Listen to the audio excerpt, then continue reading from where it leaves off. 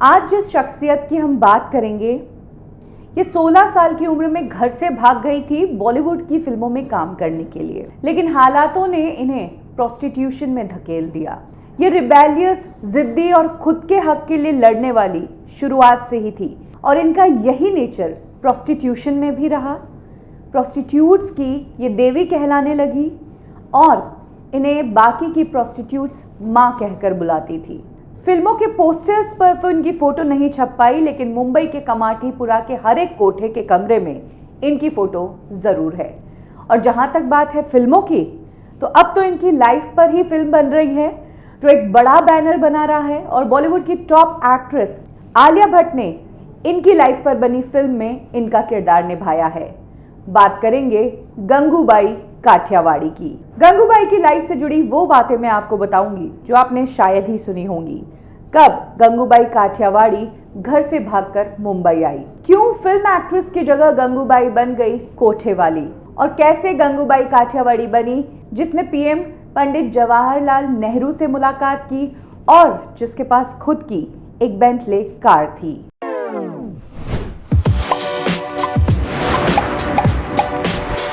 गंगूबाई काठियावाड़ी का real name था गंगा हरजीवन दास काठियावाड़ी।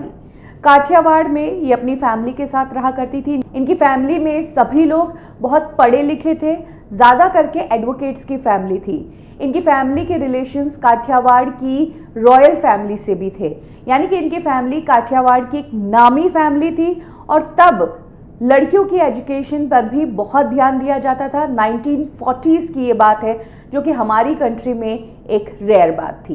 लेकिन गंगा की सोच उनकी फैमिली से बिल्कुल अलग थी। गंगा जब भी स्कूल में अपने दोस्तों से मुंबई और फिल्म इंडस्ट्री के बारे में बातें सुनती थी तो वो बहुत ही ज़्यादा फैसिनेट होती थी। धीरे धीरे मुंबई और फिल्म इंडस्ट्री की लाइफ उन्हें बहुत अट्रैक्ट करने लगी। इसी दौरान गंगू के पिता के पास एक क्लर्क काम करने आया जिसका नाम था रमणीक लाल। गंगू को बातों बातों में पता चला कि रमणीक लाल जो है वो मुंबई में कुछ समय के लिए रहकर आया हुआ है, इस शहर को अच्छे से जानता है। यही कारण है कि गंगू कई बार अपने बंगले की बाउंड्री में बने छोटे से ऑफिस में जहां रमणीक लाल बैठता था, वहां पर उसे चाय देने के बहाने मुंबई की बातें सुना करती थी और उससे बहुत फैसिनेट हुआ करती थी। कुछ समय बाद गंगा को ये भी पता चला कि रमणीक लाल के इंडस्ट्री में भी काफ़ी कॉन्टैक्ट्स है। दोनों की बातें ज़्यादा होने लगी और ये बातें प्यार में बदल गई। गंगू को पता था कि उनकी फैमिली उनके फिल्म इंडस्ट्री वाले डिसीजन को कभी सपोर्ट नहीं करेगी, और इधर रमणीक लाल ने कह दिया था कि मेरे कॉन्टैक्ट्स हैं, मैं तुम्हें फिल्म इंडस्ट्री में काम दिलवा दूंगा। साथ ही वो रमणीक से प्यार भी करने लगी थी। यही कारण था कि दोनों ने भागने का फैसला किया। लेकिन गंगू की फैमिली वैल्यूज उन्हें अलाउ नहीं कर रही थी कि बिना शादी के वो किसी अनजान आदमी के साथ भाग जाए। यही कारण है कि भागने से एक दिन पहले दोनों ने काठियावाड़ के ही एक मंदिर में शादी कर ली। रमणीक ने गंगू को अपने घर से कुछ पैसे और जेवर और कपड़े लाने को कहा था।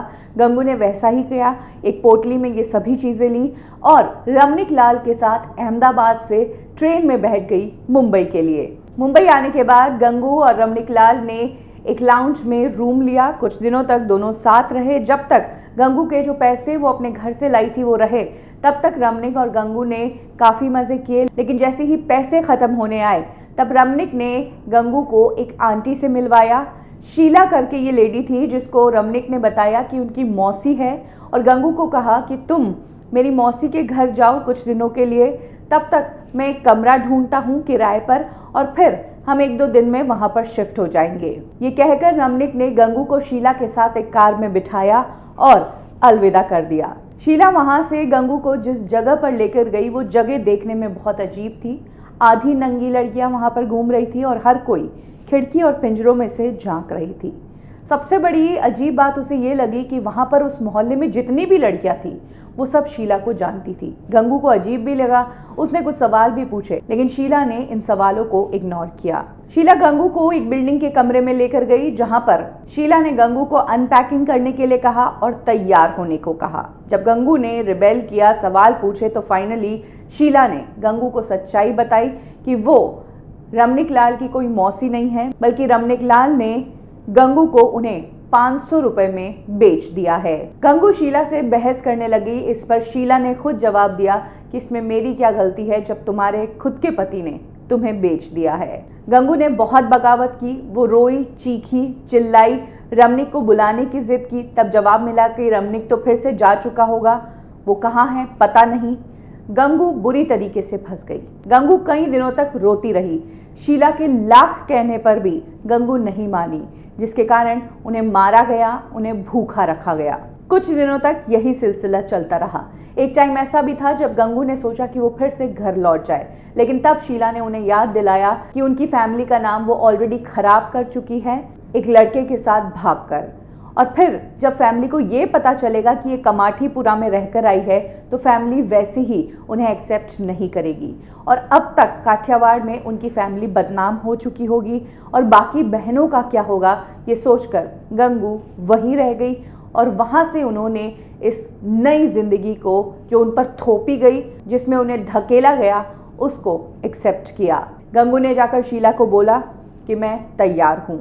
उस दिन गंगू ने वाइट साड़ी पहनी, लाल लिपस्टिक लगाई और नाक में नथ पहनी, बड़ी एक लाल बिंदी लगाई। उस दिन गंगू के लिए एक सेठ आया था जिसने मोटा पैसा दिया था, क्योंकि रमणीक लाल ने गंगू के बारे में बताया था कि वो एक वर्जिन है, जो कि एक झूठ था। हालांकि गंगू ने अपने उस सेठ को इतना सेटिस्फाई किया कि वो सेठ ना सिर्फ गंगू को एक अच्छी टिप देकर गया, बल्कि गंगू को एक सोने की अंगूठी गिफ्ट में भी देकर गया। धीरे धीरे गंगू उस पूरे कोठे की एक पॉपुलर प्रोस्टिट्यूट बन चुकी थी। गंगू की धाक धीरे धीरे कोठे में जमने लगी, क्योंकि उसके नाम से काफी पैसा शीला कमा रही थी। यही कारण है कि गंगू की मनमानी भी कई बार इस कोठे पर चला करती थी। एक बार ऐसा हुआ कि एक पठान आया जिसने गंगू के साथ न सिर्फ फोर्सफुल सेक्स किया, बल्कि वो पैसे बिना दिए ही वहां से चला गया, जिस पर गंगू ने शीला से शिकायत की। लेकिन शीला ने इस बात को वहीं ख़त्म कर दी, इस डर से कि पठान है, इसकी गैंग के साथ हम पंगा नहीं ले सकते हैं। लेकिन इस पठान ने गंगू को ऐसी हालत में छोड़ दिया कि 2-3 दिन तक गंगू बेड से नहीं निकल पाई। 4 दिन बाद फिर से ये पठान आया। इसने फिर गंगू के साथ वही हरकत की, बुरी तरीके से उसका रेप किया, उसे नोचा, उसे काटा। इस बार हालत इतनी बदतर हो गई थी कि गंगू को हॉस्पिटल ले जाना पड़ा। हफ्तों तक गंगू हॉस्पिटल में एडमिट रही और इस बार फिर पठान पैसा नहीं देकर गया। गंगू ने फिर शीला को शिकायत की, लेकिन उसे सपोर्ट नहीं मिला। उस पठान से पूरे कोठे में कोई पंगा ही नहीं लेना चाहता था। यही कारण है कि तब गंगू ने डिसाइड किया कि वो खुद की लड़ाई खुद लड़ेगी और आगे ये पठान इस तरह की हरकत नहीं कर पाए, इसीलिए इसको कंट्रोल करना बहुत ज़रूरी है। गंगू ने पता किया कि ये पठान है कौन, इसका नाम क्या है और कहाँ उठता बैठता है। तो पता चला कि इस पठान का नाम शौकत खान है, जो कि करीम लाला नाम का जो गैंगस्टर था, जो दाऊद इब्राहिम की गैंग का मेंबर था, उसके लिए काम करता है। गंगू ने डिसाइड किया कि वो शौकत के बारे में करीम लाला से बात करेगी। फ्राइडे के दिन करीम लाला ने अपनी नमाज की, जिसके बाद वो अपने घर, जो कि मुंबई के लेमिंगटन रोड स्थित ताहिर मंजिल में रहते थे, वहां पर गंगू उनसे मिलने के लिए गई। लेकिन करीम लाला को सड़क पर एक सेक्स वर्कर के साथ बात करना थोड़ा अजीब लगा। यही कारण है कि उन्होंने गंगू को घर आने के लिए कहा।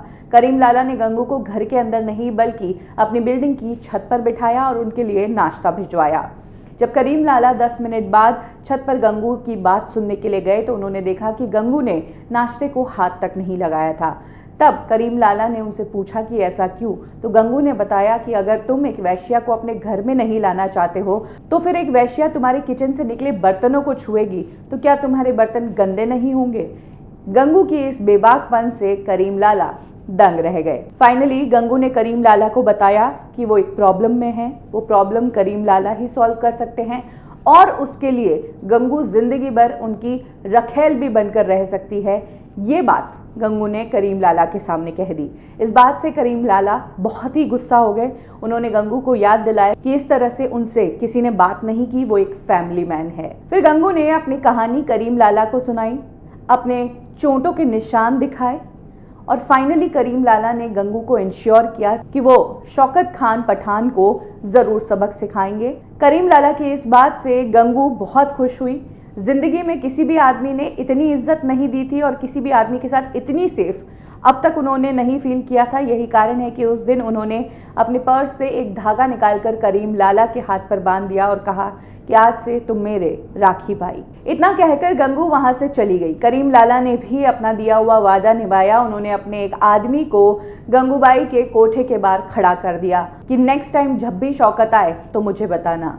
3 हफ्तों बाद ऐसा हुआ जब शौकत आया और फाइनली गंगूबाई ने अपनी दूसरी प्रोस्टिट्यूट को कहकर करीम लाला तक मैसेज पहुंचवाया। करीम लाला खुद वहां आया, शौकत को रंगे हाथ पकड़ा और वहीं पर हॉकी स्टिक से उसकी इतनी पिटाई की कि कमाठीपुरा एरिया में शौकत नजर नहीं आया।